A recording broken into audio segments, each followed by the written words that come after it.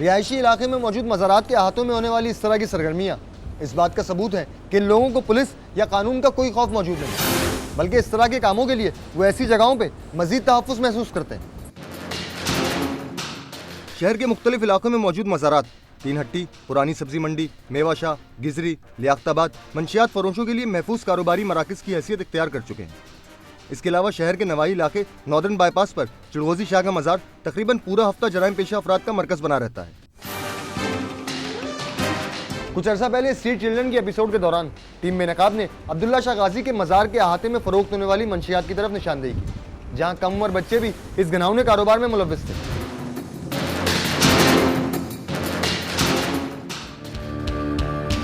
बेनकाब के इस स्पेशल असाइनमेंट के लिए हमारी टीम मुतवातिर 7 दिन तक हज़रत अब्दुल्ला शाह गाजी के मज़ार के पार्किंग लॉट में आती रही। इस दौरान हम मुख्तलिफ बच्चों से भी मिले और उनकी बातचीत खुफिया तौर पर रिकॉर्ड की।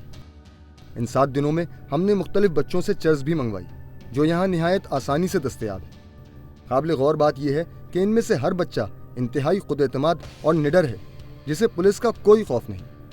इसी दौरान हमारी मुलाकात एक माजूर बच्चे से हुई, जो काफ़ी अरसे से यहाँ मौजूद है और ख़ुद भी चर्स का नशा करता है। 4 दिनों तक हम उस बच्चे से मुतवातर मिलते रहे और आखिरकार उसको चर्स लाकर देने और इन बच्चों से मुलाकात करवाने पर तैयार कर लिया, जो जिस्म फरोशी के कारोबार से मुंसलिक है। जुमेरात को रात 8 बजे उसने हमसे मिलने का वादा किया। हम पूरी तैयारी के साथ मुकर्ररा वक्त पर हज़रत अब्दुल्ला शाह गाजी के मज़ार पर पहुँच गए। काफ़ी देर तक हम अख्तर नामी इस बच्चे के साथ बैठे रहे। इसी दौरान इस बच्चे ने चर्स की 6 सिगरेटें फूंक डाली। अभी हमने उससे अपना वादा पूरा करने के लिए कहा ही था कि हमारी टीम को चर्स पीने वालों के गिरोह ने घेर लिया और उस वक्त तक हमारे साथ बैठे रहे जब तक हम खुद वहाँ से नहीं उठ गए। लेकिन शहर की मौजूदा सूरत हाल में शहरी हुकूमत की जानिब से किए जाने वाले इक़दाम के बाद हज़रत अब्दुल्ला शाह गाजी के मज़ार पर अब मंशियात का कारोबार सिरे से ख़त्म हो चुका। लेकिन इसके साथ साथ डिफेंस के इलाके में मौजूद मिस्री शाह का मज़ार मंशियात फरोशों और मंशियात के आदी अफराद के लिए एक महफूज पनाहगाह बनता जा रहा है, जो पुलिस और DHA की कारकर्दगी पर एक बड़ा सवालिया निशान है। जब टीम बेनकाब डिफेंस के इलाके में मौजूद मिस्री शाह के मज़ार पर पहुंची तो वहां जा बजा ऐसी टोलियां नजर आईं जो बिला खौफ खतर चर्स और हीरोइन के नशे खुलेआम कर रही थी। इस मौके पर टीम बेनकाब ने वहां मौजूद कुछ लोगों के साथ मालूमात हासिल करने की गर्ज से कुछ वक्त गुजारा तो ये बात सामने आई कि मज़ार के करीब पुलिस इन अफराद के मामलात में मदाखलत नहीं करती। और कुछ देर बाद इस बात की तस्दीक भी हुई जब पुलिस मोबाइल मज़ार के सामने मेन रोड से गुजरी, लेकिन मंशियात के आदी इन अफराद पर कोई तवज्जो नहीं दी। हैरत अंगेज बात यह है कि मंशियात फरोश कौन है और मंशियात कहाँ फरोख्त हो रही हैं, इस बारे में एक कचरा चुनने वाला बच्चा तो इल्म रखता है, लेकिन पुलिस और दीगर सिक्योरिटी इदारे इस सिलसिले में कतई नावाकिफ है। यही वजह है कि जामा क्लॉथ में आलम शाह बुखारी के मज़ार में सरेआम मंशियात का इस्तेमाल हो रहा है। कुछ लोग शायद हों मुखलिस इदारों में, वरना तो अक्सर जहाँ भी जो धंधे वाले लोग हैं जो गलत धंधा कर रहे हैं, उनसे अगर हमने इस मौजू पे बात की कि भाई खुदा रहा ये काम मत करो, तो वहाँ ये जाके पता चला कि पुलिस वाले ही करवा रहे हैं, ये धंधा पुलिस वाले ही करवा रहे हैं। अब जब पुलिस वालों से बात हुई तो वो तो एक्सेप्ट तो इस बात को कोई भी नहीं करता कि भाई हाँ हम कर रहे हैं, वो तो कहते हैं कि कभी कहाँ हो रहा है। अब एक कागज़ चुनने वाला जो पाउडर पी रहा है, जो कागज़ चुन रहा है कचरे पे, गंदगी, उसका लिबास भी गंदा और सब अनपढ़ भी है, जाहिल भी है, उसको पता है कि कहाँ बिक रही है, कितने मकदार में बिक रही है, कहाँ थोक के हिसाब से बिक रही है, कहाँ छोटे लेवल पे बिक रही है।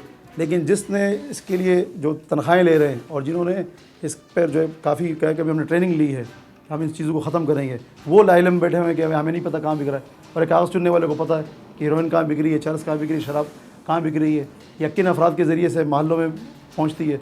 लेकिन मुतल्लिक़ इदारे वाले नादान बन जाते हैं, हमें नहीं पता। और एक कागज़ चुनने वाले को पता है कि भी कहाँ सब कुछ हो रहा है, सब इनके इल्म में है। ये हमें भी पता है और आवाम को भी पता है और अरबाब इक़्तिदार को भी पता है, मुतल्लिक़ा इदारों के जो सरबराह हैं उनको भी पता है कि सारी मिली भगत से हो रहा है। लेकिन इस पर एक्शन ले तो कौन ले।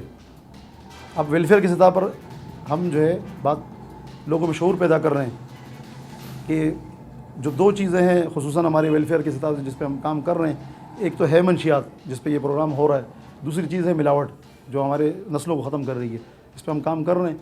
तो इस प्रोग्राम की तवज्जो से तो मैं मंशियात के ख़िलाफ़ ही बात कर रहा हूँ कि अल्लाह करे ये जहर इस पर जो है इसकी रोकथाम हो और हमारी नस्ल जो है आइंदा जो है नस्ल आने वाली है वो कम से कम इससे महफूज हो जाए। और नसाब का जो हमारे अच्छे खासे पढ़े लिखे तबके को भी खा गया ये जो है गुण लगा हुआ है, और मुतवस्सित तबके में तो अक्सरियत हर दूसरा तीसरा आदमी इसमें मुब्तला है। माशरे में फैली इन बुराइयों के आगे अगर अवाम सफारा हो जाए तो तमाम बुराइयों का खात्मा मुमकिन है, लेकिन इसके लिए इलाके के अवाम का एक नुक्ते पर मुत्तहिद होना लाजमी है। इस इत्तेहाद की एक मिसाल हमें नजर आई कराची के इलाके कोरंगी 5 नंबर में, जहां मुसलमान आबादी में शराब का स्टोर खुले जाने पर वहां की आवाम और मुतहर्रिक जमातें सरापा एहतजाज बनी और बिलाखिर नतीजा अक्सरियती राय के हक में हुआ।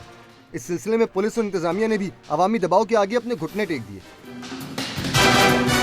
मज़ारात का इस हद तक इस्तेहसाल सिर्फ और सिर्फ पुलिस और महकमा औकाफ की लापरवाही का नतीजा है।